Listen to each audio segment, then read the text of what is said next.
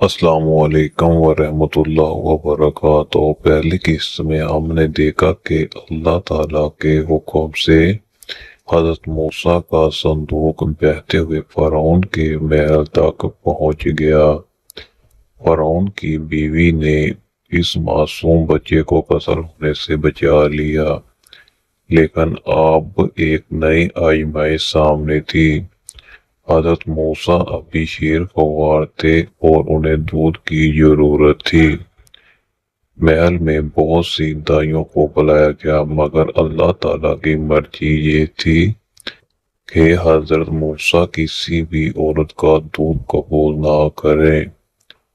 محل کے لوگ حیران اور پریشان تھے، ہر کوشش ناکام ہو رہی تھی۔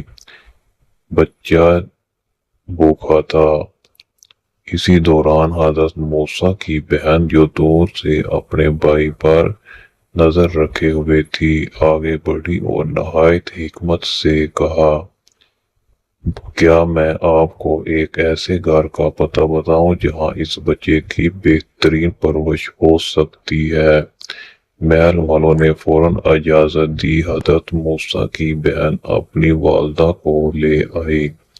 جب حضرت موسیٰ اپنی والدہ کی گود میں آئے اور انہوں نے دودھ پلایا تو اللہ تعالیٰ کے حکم سے حضرت موسیٰ نے فوراً دودھ پینا شروع کر دیا۔ اس طرح اللہ تعالیٰ کا وہ وعدہ پورا ہوا جو انہوں نے حضرت موسیٰ کی والدہ سے فرمایا تھا کہ وہ ان کے بچے کو دوبارہ ان کے پاس لوٹا دیں گے۔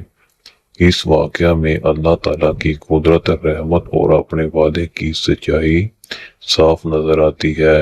وہ جس کی حفاظت کا فیصلہ کر لے، دنیا کی کوئی طاقت اسے نقصان نہیں پہنچا سکتی۔